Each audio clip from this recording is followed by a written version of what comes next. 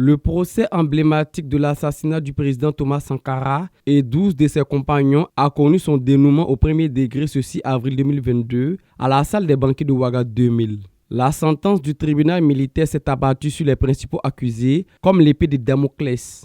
Ainsi donc, le général Gilbert Diendéré, Blaise Compaoré et Hassen Kafando sont condamnés à la prison à vie.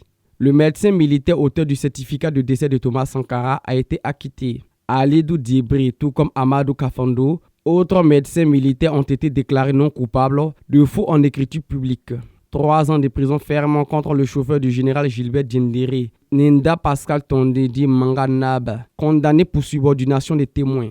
10 ans de prison ferme contre Thibaut Ouedraogo, dont l'équipe a désarmé la FITMAS, force de police supposée proche de Thomas Sankara, le 15 octobre 1987. 10 ans de prison ferme contre Jean-Pierre Palma, colonel-major de gendarmerie à la retraite et ancien ministre des Sports de Blaise Compaoré, reconnu coupable de complicité d'attentat à la sûreté de l'État. 5 ans de prison avec sursis contre Albert Belemliga et Diakalia Démé, membres de l'équipe qui a désarmé le 15 octobre la FITMAS. Ils étaient sous le commandement de Thibaut Ouedraogo qui occupe de 10 ans de prison ferme.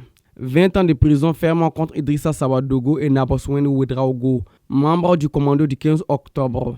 Yamba Élisée Ilbodo, chauffeur de Hassen Kafando, écope de 11 ans de prison ferme.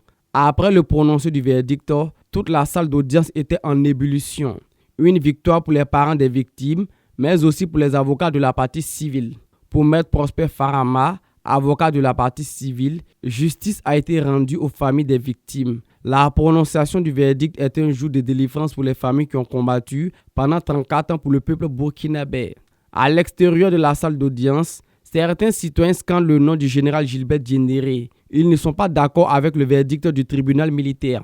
Il aura fallu un quart de siècle pour avoir la lumière sur l'assassinat du père de la révolution burkinabé ainsi que 12 de ses compagnons d'infortune. Les avocats de la défense ont ainsi qu'un jour à compter de ce jour pour interjeter appel. Ce verdict ouvre donc le bal de nombreux dossiers judiciaires non élucidés, parmi lesquels l'assassinat du journaliste d'investigation Norbert Zongo. Boama TV, l'autre télé by Pro Org.